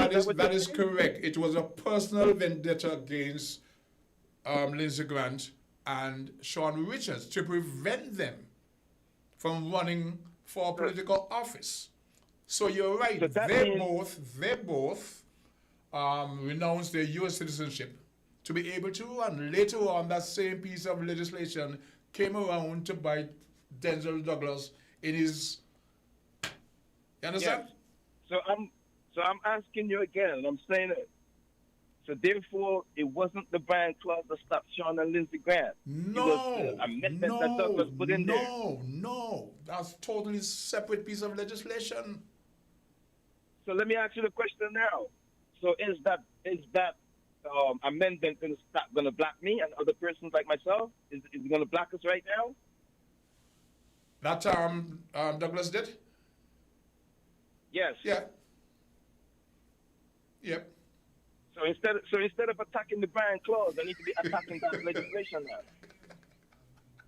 Well, anyway, man, Socrates, that will come with constitutional reform. Here's the question. Still don't want. They don't want to bring it. They don't want to bring it. Here's my question. We will be affected. So we will be affected until that piece of legislation. Here is my question. As passionate as you are, as you feel about having a serious role in the development of the country, are you willing to sacrifice that U.S. passport? No, personally, no. Okay. I'm going to tell you, Socrates. Mm-hmm. Vance Amory. Yep. The elder statesman. Rest his soul. He gave me a piece of. God rest his soul. He gave me a piece of advice, and me personally, I believe that I promised that I will do what he said to me. He said to stay in this country and secure my future. That's what I intend to do until when they change that piece of legislation we are discussing about what Douglas put there. Because here we are, persons in the diaspora are only called on to come home to vote. Who for those politicians on the ground, and those politicians on the ground are pledging allegiance to a foreign entity, just like those persons in the diaspora who has a foreign passport. Yet still, those in the diaspora are barred from coming home and putting their names on the ballots, and they are only worth to come home as voters. But anyway, Socrates, in the discussion on the ground, in the enclave in Nevis, the Bitcoin and the cryptocurrency, Jesus says, are coming. One might be God and one might be Jesus. But here's the joke now. One of them was charged with some serious tax evasion allegation and charges. And I believe that person is a technical partner of the guy that's in front with the Destiny Project. And recently I saw an article where he has now settled with the U.S. government to avoid extradition. He was over there hanging out in Spain, I think. Mm-hmm. He has settled with the U.S. IRS government here with some millions of dollars, I think. Mm-hmm. And these are the what I'm seeing going forward is that they're going to attempt to link cryptocurrency and Bitcoin to the geothermal energy in Nevis. And Socrates, last week Thursday, there was a discussion. There was a clip circulating from Nevis. It seems like there's been a discovery of a natural spring on the southeast lands of Nevis. I saw it. I'm happy you saw that.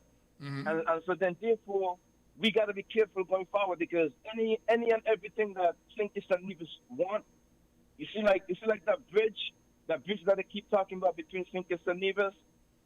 Once they get that once this Destiny Project goes forward and it comes to fruition, we're not going to be able to stop these people because of the millions of dollars they have. So we have the chance to kick back on now and make that stance now. And if they get to link cryptocurrency and Bitcoin to geothermal and Nevis, our natural resource is not going to be developed for us. You know, they're talking about turning Nevis into Dubai. Socrates, that is very possible going forward, bro. But it's not going to turn into Dubai for us. We can get anything that we want between St. Kitts and Nevis. We can get anything we want going forward from here. Once that Destiny project starts and it comes into fruition, the whole situation in St. Kitts and Nevis is going to change, and it's not going to be beneficial for the change local. for the worst. Imagine they link Bitcoin and cryptocurrency to geothermal. Geothermal is not going to be ours anymore, believe it or not. And that bridge between St. Kitts and Nevis, we potentially can get that too. But when that bridge comes, the profits from that bridge and everything that was is not gonna stopped by benefit the people. Christopher Harbour persons. But we're going to take a break. And on the other end, thanks a lot, man. Thanks. if you're listening, you say something? Okay.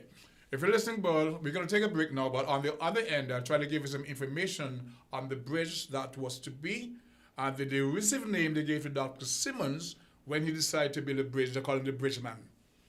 And I think they're regretting it. We're different. We're 98.9. 98.9 Win FM.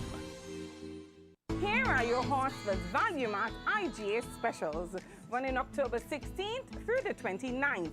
Now, our Value Club Blue Tag specials. Blue Ribbon Ice Cream, just $32.99. Morning Star Meatless Entrees, $20.99.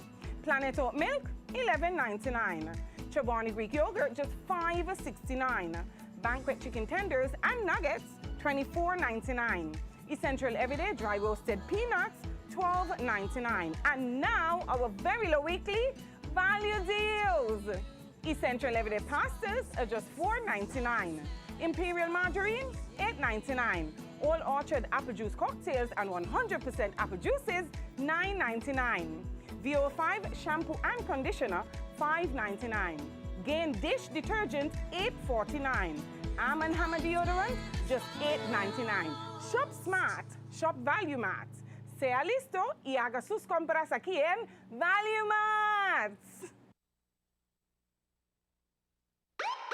Don't throw those bottles away. Turn them into money today. Vitamalt bottles equal cash in your pocket. It's super easy. Just take those empty Vitamalt bottles to any Cara Brewery distribution truck or any drinks depot in St. Kitts and Nevis. We're keeping our beautiful Twin Island paradise clean. Vitamalt bottles equal cash back. Keep it clean, keep it green. Vitamalt bottle returns. Your bottles, your cash, your island.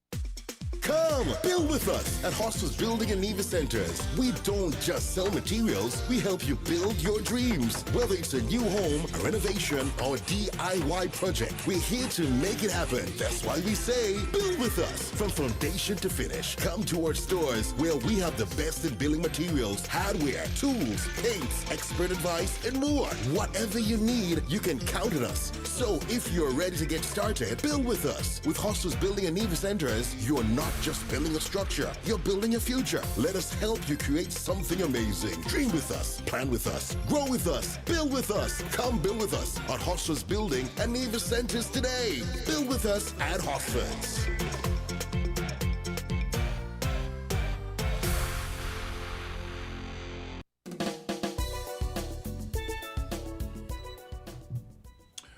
To our viewers and listeners, welcome back. We 24 minutes heading up to the closure of today's presentation.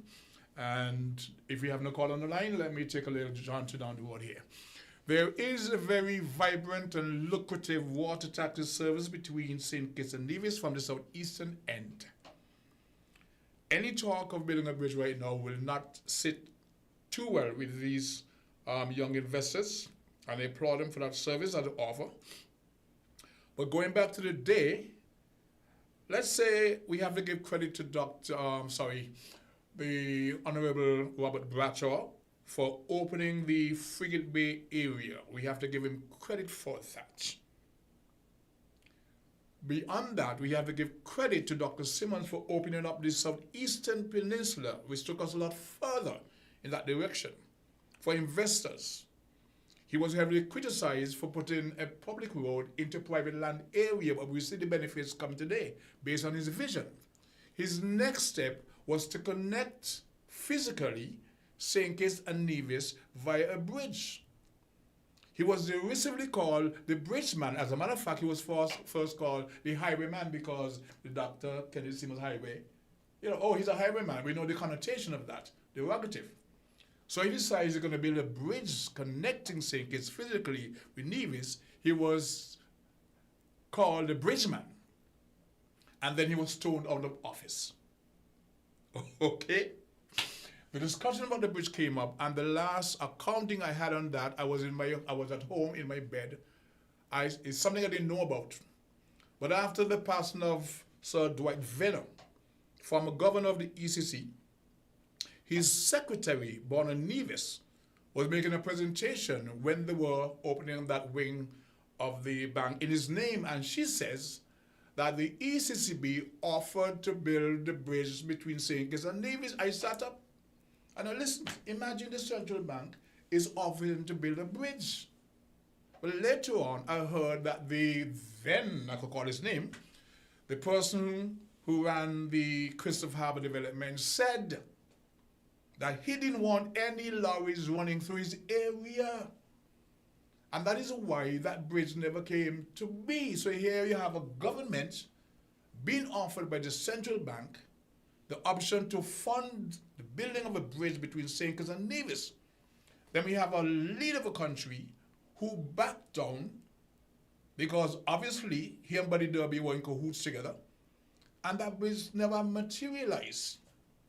Today now, when you look at the very lucrative industry of the water taxi between St. Kitts and Nevis, you're going to have a big outcry against building a bridge. But it would have created untold revenue for both St. Kitts and Nevis. You would have a toll in place. Commuters going from the St. Kitts end, based on the size of your vehicle, would pay a toll. That revenue would stay in St. Kitts. Those coming from the Nevis end, based on the same principle, your size of your small vehicle to a big truck, you pay a toll accordingly. That revenue would stay in Nevis. So we would not have had a need now to be running behind these Europeans, these Belgians, to bring a destiny project to St. Kitts, which is in effect apartheid. So when you don't manage the resources of your country properly, and you allow these people to come in and give you a 4-bedroom condo in the Marriott to ensure that there is no union in that hotel, you find these things happening. You find these things happening. I am not comfortable with any government in the region selling the resources of the country or passports for development. You should be able to go into government, take the resources, take the people, your main resources, invest in them, get a young people to get more technical, building, and you build on your people, but to sell our resources, the passport. Now that same money from the passport we used to pay off the IMF some years ago so that we didn't owe them. So when people were saying, okay, where's the IMF report? We didn't owe the IMF anything. They were paid off. And one the thing I supported Timothy for, well, here's Sean, the unity construct, as we call it, that took us out of the hand of the IMF. We are back there now, who are telling the government they must reduce their staff of the thing by 20% and increase taxes by a certain amount. So they're now back in dictating how we run the affairs of the country. And I said before, they are, of course, behind that Destiny project. Because anything that takes control of the country's resources and put in their hands, they're all for it. Back to the phone lines. Good day, caller, you're live on Voices. Yes, Socrates, it's me again. Yes, Gregory, go ahead. Yes. Now, I'm going to continue in the same vein that I ended off in. You see, we argue about the government doing all kind of bad deals and dirty deals and that sort of stuff. And yes, it is correct to complain and argue about it and that sort of stuff because wrong should always be condemned. But when you don't know the source or the cause of the wrongs, you keep making the mistake over and over again. That is correct. And that is a very sad thing. Now, I have said in the past on Win FM, and I'm going to say it here again, and I've said it more than once in the past, one of the reasons why governments engage in these shenanigans, bad dealings, shenanigans, and that sort of stuff, is simply because we are forcing and pressuring the government. we are forcing force them and to pressuring run the for government. office to promise us what they, do we force them to run for office and promise the people what's supposed to be tangibles?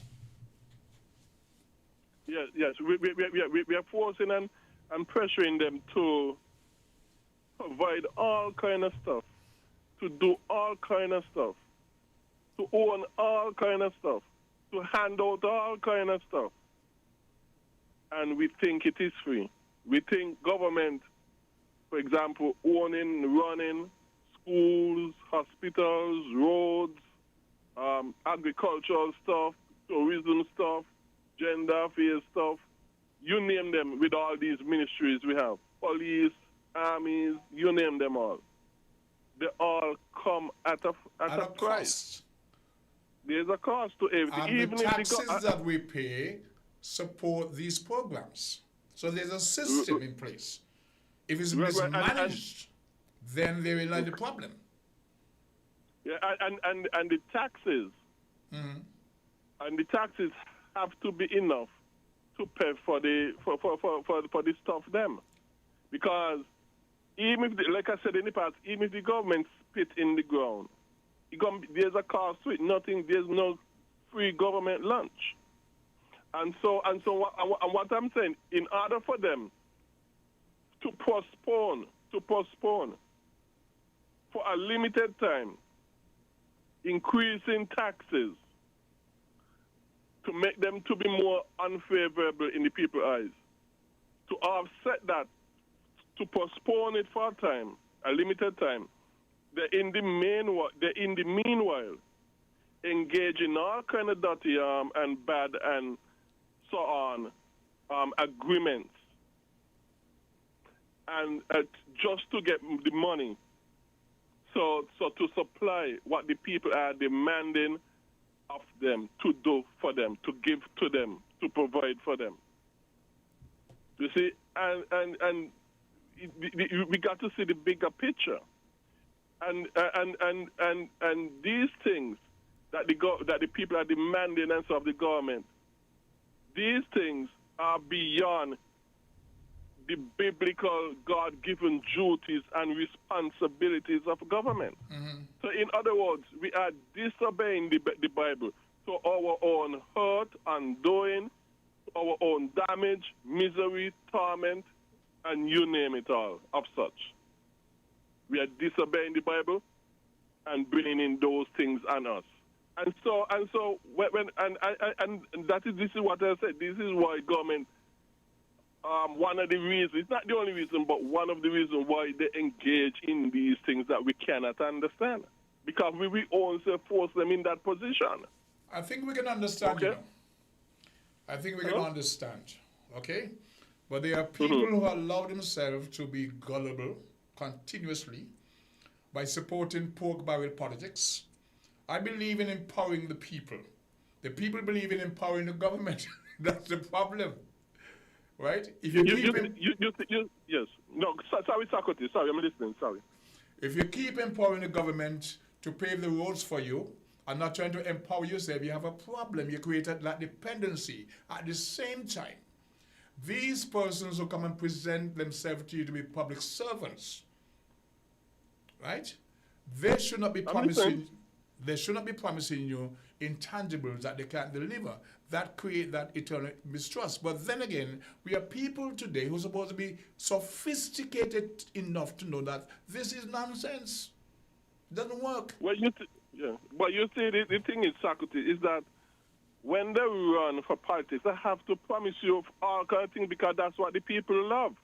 They love to hear the government going to give them this and government going to give them that, and rather than the government providing an economic atmosphere where you can provide these things for you and your neighbor. You know, we prefer to have the government providing them for us, not realizing that these things come at a cost, an increasing cost, because inflation going up moment by moment, year by year.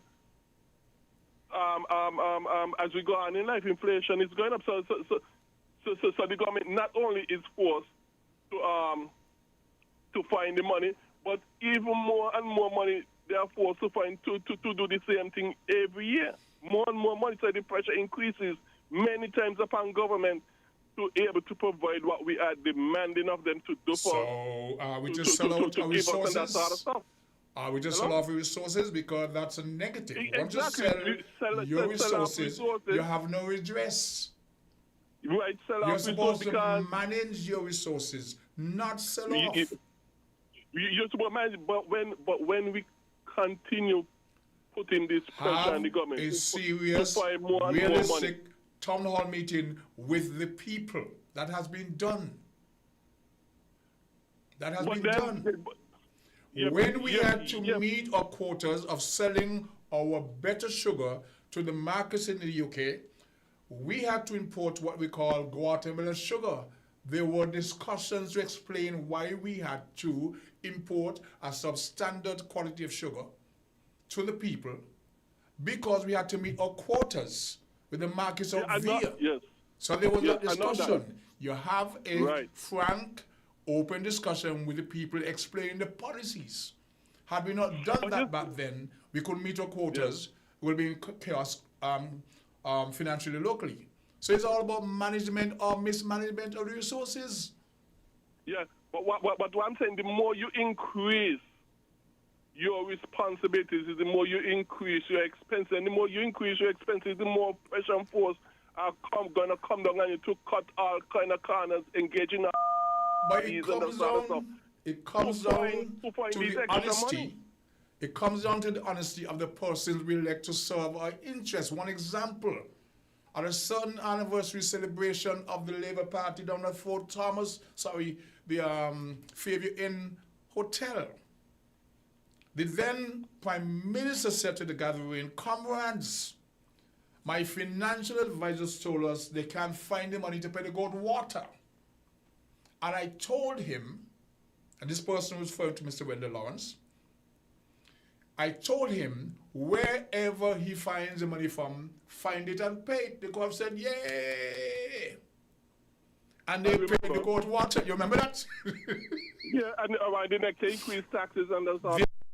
So it was dishonesty of the person and the gullibility of the people, or the lack of being responsible people. He said to them, the financial people tell me there's no money to pay the water, and I tell them, wherever they find it from, them paid. And the people, like the point you're making, the people... I heard him said it. Okay. I heard Dr. Douglas said it. Okay. So people got their wish. Yes. They got the gold water. And then next month, water went up, lights went up, this went up. So it's a two-way street.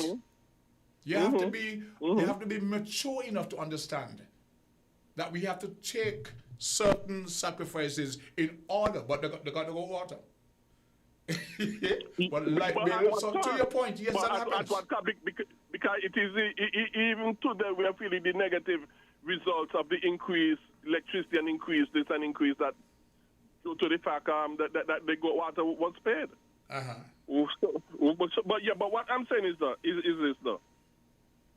The government, they're not going to be honest with the people and tell the people, hey, we cannot be your Santa Claus, because if we're going to be your Santa Claus, there is a cost to it, and the cost is going to be worse than what we give, because we have to pay for what we give you. We have to find the money for what we give you.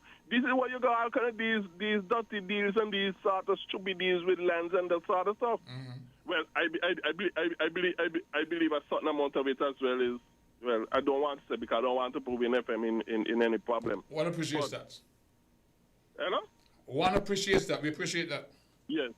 So you know, people could use their imagination with what I wanted to say. But also, a lot of it is to provide money for all the goodies that they give unto you because the government is playing a Santa Claus, and we're forcing the government to do that. Government can't provide you everything. What Pam did that provide the economic atmosphere so that people would be empowered was when they finished with the personal income tax. People had more money in their pocket. Nothing has provided more jobs and empowered the people than that of done in a way with the personal income tax. In conjunction with paying back the Provident Fund, they had those two avenues to invest. Mm-hmm. Since then. So, yeah. But we need to do things. What I disagree with Pam with is when they continue the government spending and increase it. I think that as well resulted in negative thing because later on they had to increase certain taxes, and then Douglas came in, increased the expenses even more. But when they left office, did you see the tangibles? Yeah, when they left office, did you see the tangibles that could be explained? You saw certain things. You saw road fix and that sort of stuff.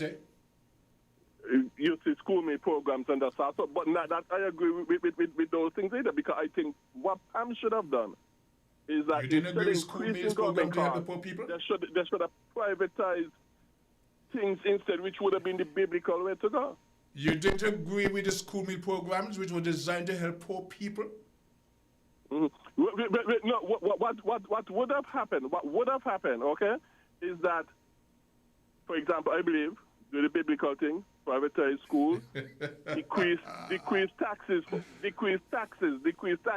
even more. You just said you removed personal income tax. You just say you're thanking for removing personal income tax. And how could you decrease taxes beyond that? Yeah, I think they should have got it because I think the poor them should have been taxed with too. Well, did you just say that government need taxation to run itself properly? Let's repeat.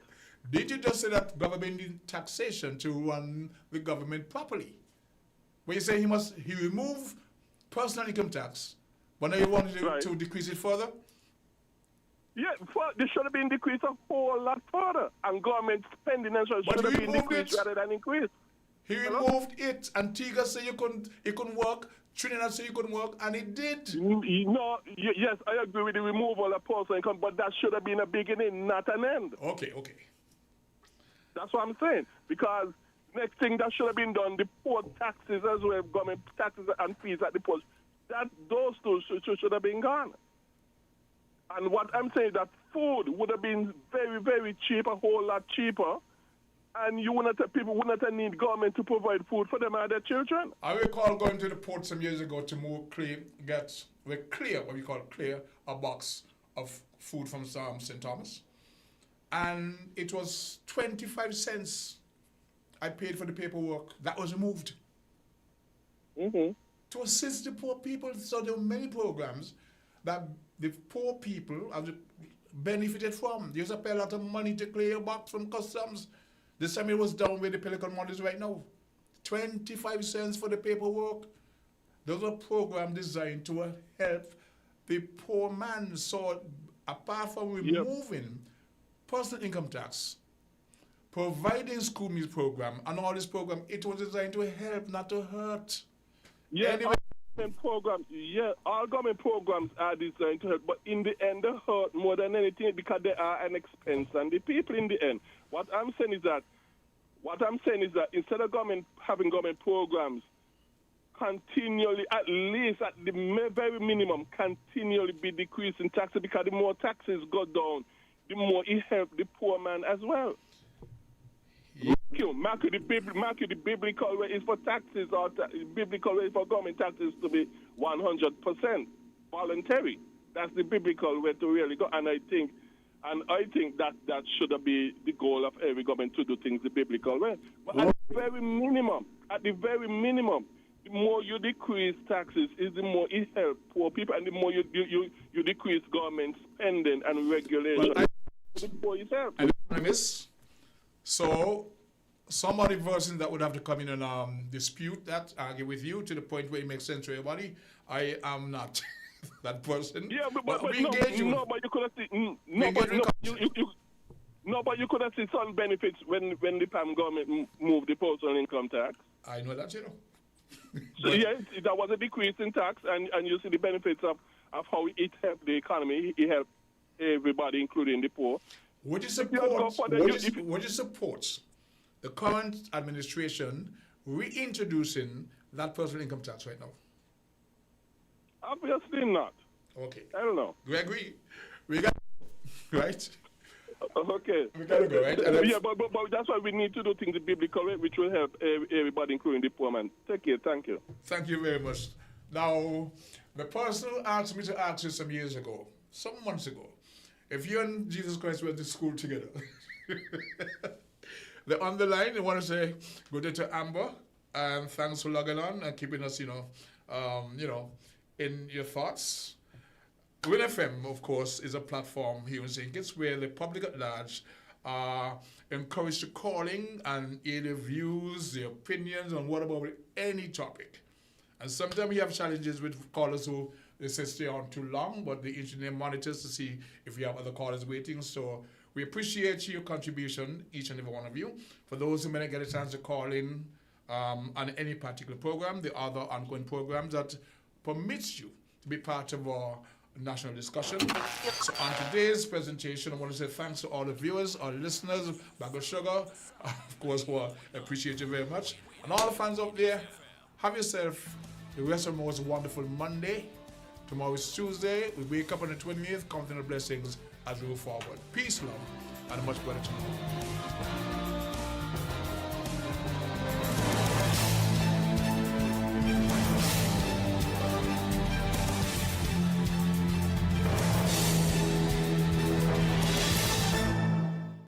Did you know that the Grange Healthcare Facility is the first